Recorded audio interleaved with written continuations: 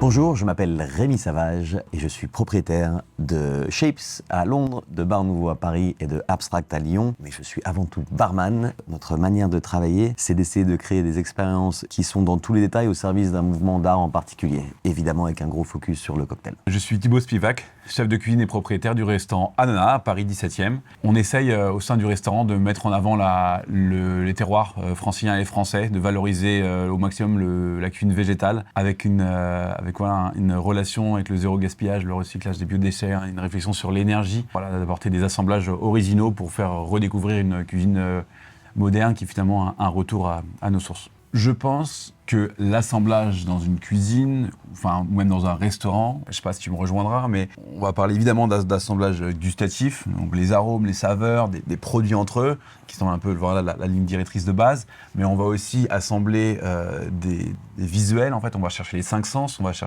donc aux yeux, on va chercher des associations de couleurs, de formes, pour rendre quelque chose d'esthétique, des plats avec des liquides. Pour moi, l'assemblage, il est assez global dans un restaurant et j'imagine dans un bar aussi.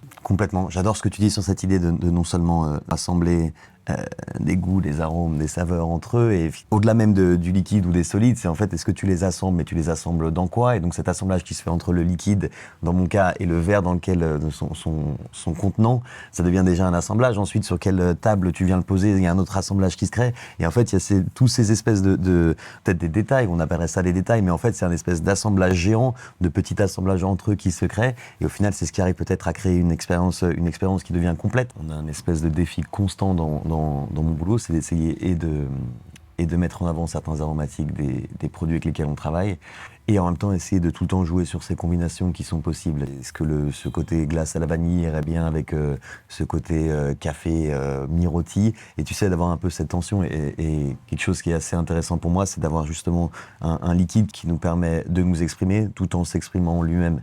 Et ça devient un bel outil de travail. Ce qui est intéressant pour moi dans l'assemblage du Blue Label, c'est que déjà, il y a une différence aromatique au nez et à la bouche. Tu vas pouvoir développer en accord des choses assez originales. Et ce qui est assez particulier, c'est que en bouche, la dégustation, elle est évolutive. C'est-à-dire que tu vas l'avoir en bouche, certaines typicités d'aromatiques. Ensuite, il y a un côté un peu fumé qui va se développer, des choses un peu plus terreuses. Et donc, c'est pas une dégustation où tu bois et tu as le même goût pendant 5 minutes dans ta bouche. Et j'ai tendance à créer mes plats dans cette même direction. Ce qui est intéressant dans la création d'un plat, selon moi, c'est d'avoir une évolution gustative, donc avoir une espèce de ligne directrice dans ton plat où tu vas goûter une partie plutôt sur les acidulés, une partie sur les amers, une partie peut-être un peu plus épicée ou plus relevée. Ça rend la dégustation de ton plat intéressante. Et j'ai trouvé que sur la dégustation de l'assemblage du Blue Label, on avait ce genre de typicité évolutive. Dans la création du liquide, on est allé chercher dans les distilleries d'Écosse, différentes distilleries des différentes régions d'Écosse, les aromatiques nécessaires pour faire un produit unique. Et on va ressentir ce genre de travail sur le vieillissement aussi avec des liquides de plus de 40 ans. Et c'est vrai que ça crée une aromatique unique dans son genre. Je suis complètement d'accord, la ligne aromatique est évidemment travaillée. Il y a effectivement un patrimoine de l'histoire du cocktail qui tourne autour des whiskies, notamment les whiskies écossais, dans lequel Johnnie Walker a eu une place importante. Donc on a effectivement la cohérence historique de la relation entre les whiskies écossais et les cocktails. Et aujourd'hui, dans une mixologie un peu plus moderne, on a effectivement l'opportunité de pouvoir mettre en avant vraiment différentes familles aromatiques, parce que le Blue Label, tu peux y trouver des fleurs, tu peux y trouver du fumé, tu peux y trouver du terreux. Il y a énormément de choses à travailler. Ce qui est intéressant, moi, je trouve, dans les accords, que ce soit spiritueux ou d'autres accords, c'est il y a deux directions qu'on peut prendre. On peut choisir d'aller dans la direction du liquide et dire voilà, je veux cette trame aromatique, je vais partir dans la même direction et entre guillemets j'accompagne le liquide avec mon plat, ou partir justement en négatif, en opposition totale pour avoir un équilibre. Là, je trouve que sur le Blue Label, ce qui est intéressant, c'est la spécificité aromatique, fumée, un peu brume, un côté forêt. Dans ce genre de typicité comme celui du Blue Label, je vais essayer de partir justement dans la même direction, partir sur les choses champignons, peut-être café ou cacao, de suivre un peu le liquide avec le plat. Le cocktail est prêt. L'idée, c'était effectivement de travailler plein d'aspects différents du Johnnie Walker Blue et d'essayer de faire un peu écho à ta recette.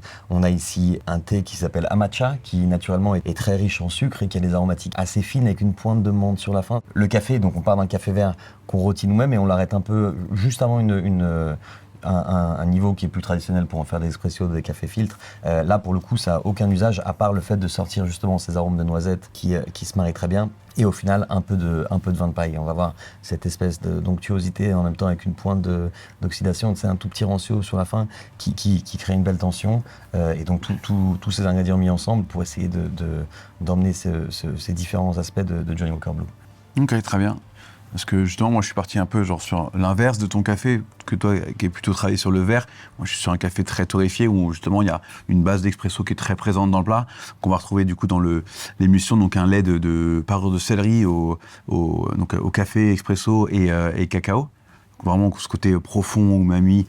Ensuite, on va avoir les ringis faits rôtis pour avoir de la texture et garder le côté sous-bois. On va avoir la vierge qui va rafraîchir, donc les ringis crus avec les noisettes pour avoir de l'astringence. Et en dessous, la purée de céleri café-cacao et le risotto de céleri au café. Donc voilà, on garde cette trame assez fumée, sous-bois, alors vraiment la profondeur aromatique, quelque chose qui va être long en bouche et qui, je pense, matchera bien avec le cocktail sur le côté, l'amertume et le rafraîchissement qui devraient bien s'assembler. L'objectif que je voulais atteindre, c'est que tu vas avoir d'abord l'amertume qui est présente, le café qui est là, tu as l'acide qui vient rafraîchir et finalement ce qui reste en bouche, tu as le côté astringent de la noisette, tu as la texture assez présente du champignon entier, toi, qui apporte de l'intérêt au plat, le côté un peu presque carné, tu vois. Je sais pas ce que tu en penses, toi, au niveau de l'accord. C'est très complet et ça met un peu en lumière ce dont tu parlais tout à l'heure, un plat qui évolue avec des différentes choses qui se passent. C'est à la fois évocatif, effectivement, il y a plein de différents éléments que je peux retrouver dans le cocktail qui sont ici. En même temps, c'est pas la même chose, ça marche un peu à côté, c'est très bien assemblé.